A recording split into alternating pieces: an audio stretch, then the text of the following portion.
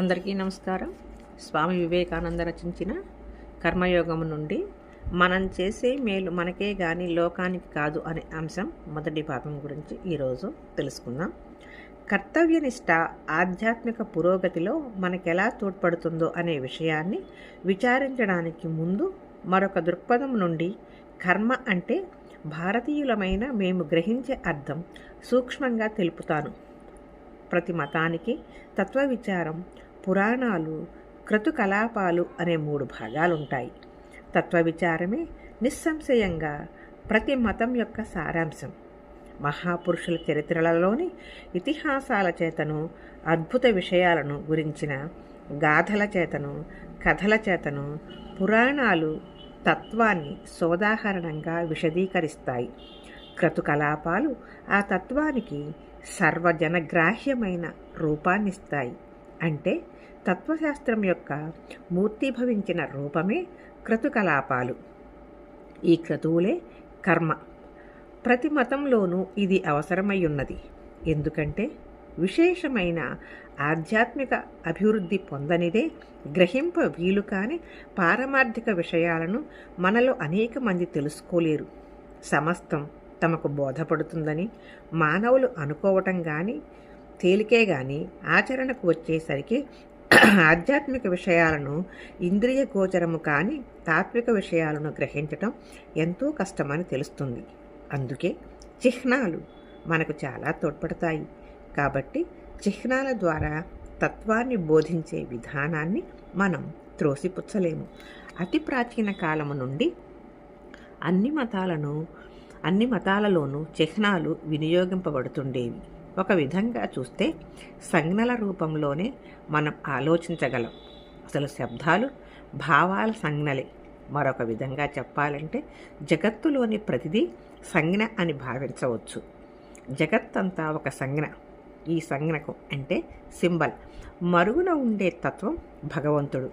ఈ విధమైన సంజ్ఞాశాస్త్రం, సింబాలజీ కేవలం మానవ కల్పితం కాదు.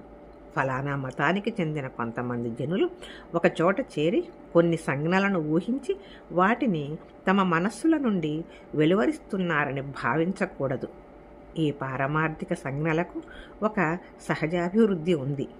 లేకపోతే దాదాపుగా ప్రతి వ్యక్తి మనస్సులోనూ కొన్ని సంజ్ఞలు ప్రత్యేకంగా కొన్ని భావాలకే స్ఫురణను కలిగించడానికి కారణం ఏమిటి? సిలువ అనే క్రాస్ గుర్తు చిహ్నం మొట్టమొదట క్రైస్తవ మతం నుండి ఉద్భవించినదని మీలో అనేక మంది భావించవచ్చు. కానీ నిజానికి ఇది క్రైస్తవ మతానికి పూర్వం, మోసెస్ పుట్టడానికి ముందు, వేదాలకు ముందు, మానవులను గురించిన విషయాలకు ప్రమాణ గ్రంథాలు ఏర్పడడానికి పూర్వమే ఉండేది. ఏజ్టెక్, ఫినీషియస్ జాతులలో ఈ చిహ్నాన్ని చూడవచ్చు. ప్రతి జాతిలోనూ సిలువ అనే ఈ చిహ్నం ఉన్నట్లు కనిపిస్తుంది.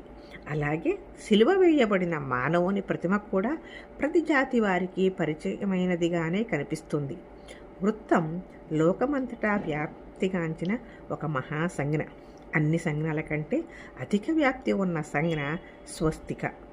బౌద్ధులు దీన్ని లోకమంతటా వ్యాపింపజేశారనే నానుడి ఒకప్పుడు ఉండేది.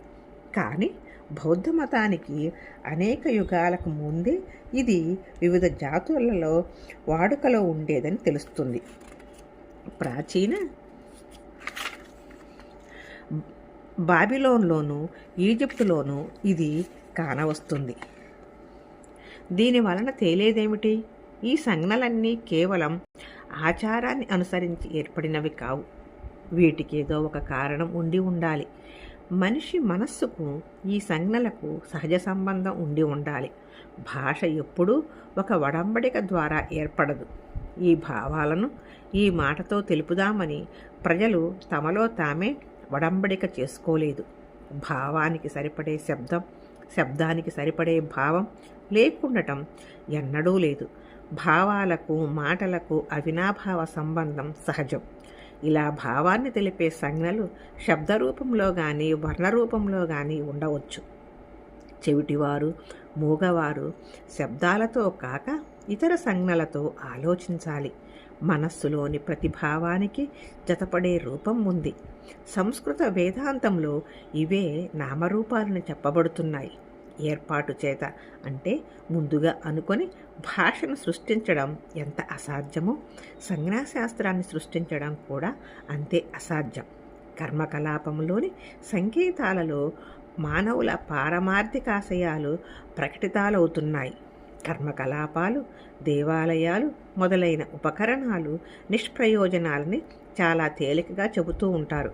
ఈ ఆధునిక కాలంలో మతం పట్ల సరైన అవగాహన లేని ప్రతి ఒక్కరూ ఇలాగే చెబుతున్నారు. కానీ దేవాలయంలో దేవుణ్ణి అర్చించేవారు అలా అర్చించని వారికంటే అనేక విషయాలలో మెరుగ్గా ఉన్నారనటం జనం సులభంగా గుర్తించగల సంగతి. కాబట్టి కొన్ని ఆలయాలకు, క్రతుకలాపాలకు, ఇతర బాహ్య విధులకు కొన్ని మతధర్మాలతో ఉన్న సంబంధం చేత ఆయా మతధర్మాలను అవలంబించే వారికి ఆ రూపాలు వేటికి సంజ్ఞలై ఉన్నాయో ఆశయాలను స్ఫురింపజేస్తాయి. కాబట్టి క్రతుకలాపాలను, సంజ్ఞలను పూర్తిగా ఉపేక్షించడం వివేకం అనిపించుకోదు. వీటిని గురించిన వివేచన, అనుష్ఠానం కూడా కర్మయోగంలో భాగమే. కర్మశాస్త్రానికి రూపాంతరాలు అనేకం ఉన్నాయి.